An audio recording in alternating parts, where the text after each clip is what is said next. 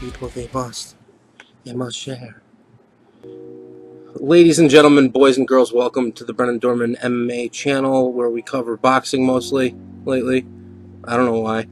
Punchers born or punchers made. Now, like Chael Sonnen likes to do, and I agree with him on this, you gotta set the parameters on hyperbole or hypothetical type arguments.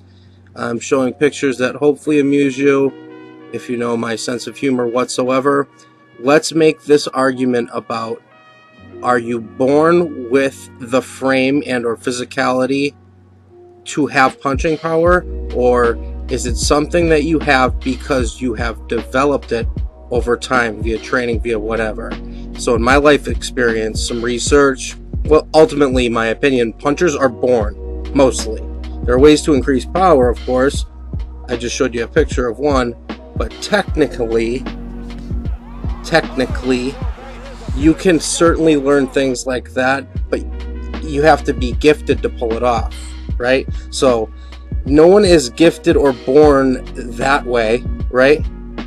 This is the why, in a blanket sense. So for anyone that's a coach that watches my channel, or a fighter that's up and coming or whatever, I always go technique first, speed second, and power third. As far as focus, everything's really technique, because even speed, it's easier to build, but it's not. So you can pause and read that. That's just some of the one hitter quitter types and how there's some differential amongst them. So by the end of this, you'll see my hypothesis, if you will, or it'll make more sense. So Julian, the Hawk Jackson, the freakiest of all time. I believe he fought around 150.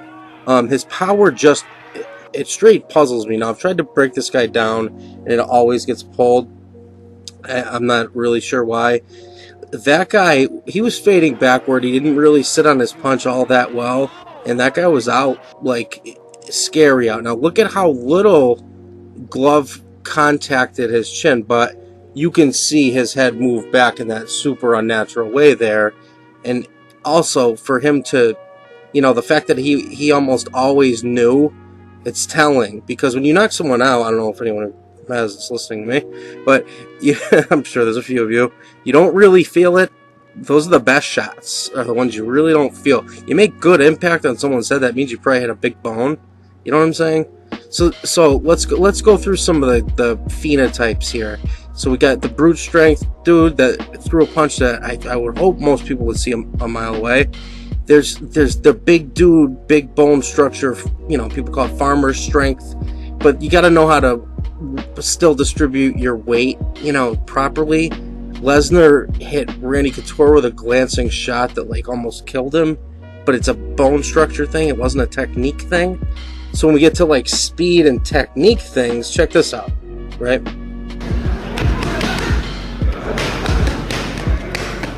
There's Juan Guzman from the Dominican Republic. Now, it's going to speed up and get really interesting here. Watch this.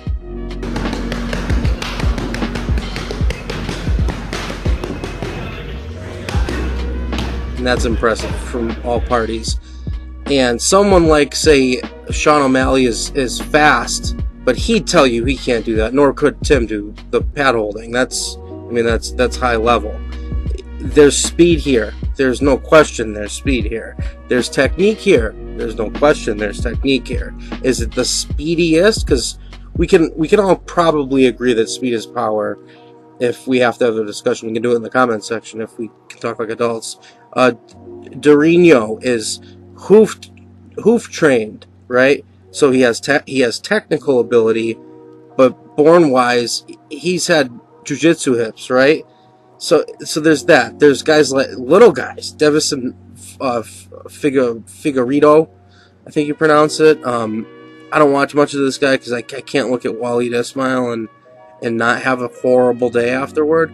But for a 125er, that's scary. Notice his hip moved in with him as that happened. The point being, he's the exact opposite of the first guy I showed, the muscle-bound guy.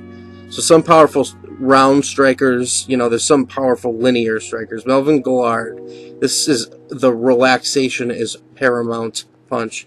And though this is a speed is power kind of an example. See, I mean, that's so fast. That guy didn't see it coming.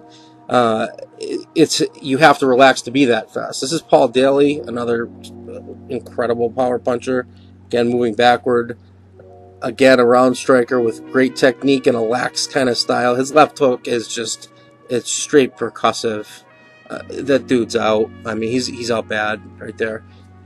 And with someone like Gilbert Burns, all the way up to people that are high-level wrestlers, right? Because Maya's a jiu-jitsu guy, but he's not a fast hip, fast-twitch muscle guy. We have to differentiate as to why these people, right? So wrestlers and their round strikes. You always hear about, wrestlers and their overhand right, but it's not just that. That's Aaron Pico. He super high-level wrestler in high school, but he also trained with Freddie Roach. I love this linear kick, or feint really, into a round punch. So right into left hook. Look at that. That didn't really land flush on his chin. It hit him kind of behind the ear, which is certainly a place that would knock somebody out. Now, you got to ask, at this point, born or made? He's tricky. He's a tough call, Aaron Pico. Probably born, because that's usually where I end up. But wrestler hips plus fast twitch hips, or fast twitch muscle, is what usually will do it. The famous H-bomb there. And this had momentum. Momentum is gonna be a thematic thing as well. But a mini inside low kick feint gave Hendo a clear path to drop his H-bomb on Bisping. Wasn't much of a feint, if I'm being honest. I don't think Bisping was ready for that stage yet. The second fight was obviously different. Rashad the same. Rashad Evans. So add relaxation and the physics of Chuck coming in for an upper. Oh God, that one's always hard to watch. The empty six here was borderline arrogant on Chuck's part, honestly. But his coach, no offense to the guy, whatever, Winkle, something, he thinks Bruce Lee's like one of the greatest fighters that's ever lived, which is the bane of my existence when people say that are involved in the fight business. He never fought. Cody Garbrandt, same. Also adds speed, but you can't go relaxation with him. I'm trying to really tell you here that this is very nuanced, this argument. It isn't so simple as born or made.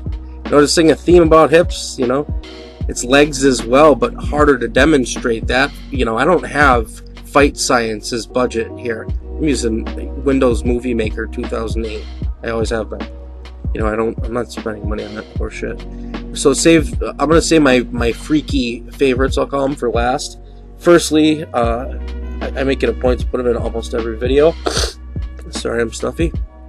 Roy Jones versus Virgil Hill, who was an incredible champion. Hopefully you could hear that over my voice.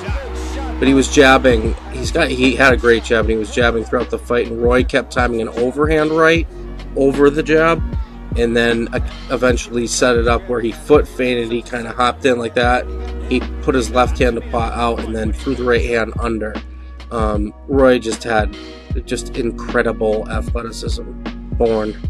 Finishing with some momentum types. Firstly, the freaky power of Deontay Wilder and the clear efficacy there. I won't drag that out because it's hard to watch, I understand. One of my favorites of all time, Hearns versus Duran, he's freaky because his body the distribution of his body is so goofy. He's super tall and lanky, had really wide shoulders though and a long reach. So clearly Duran here wasn't on great legs, but it's moot. This is about as percussive a right cross as you'll ever see at this weight in boxing.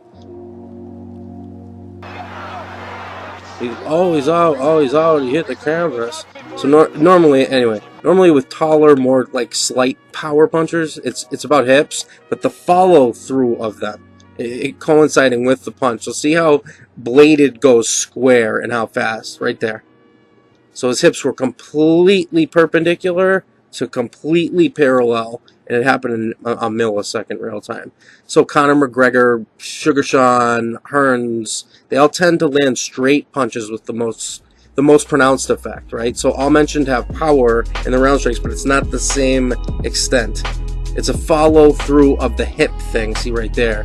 And in my Roy Jones video, I mentioned that I would cover this some, and even on that cross counter, not as much as prior with the left hand before it that stung him, but you'll see Connor do that a lot versus Mendez versus that German guy that got caught juicing.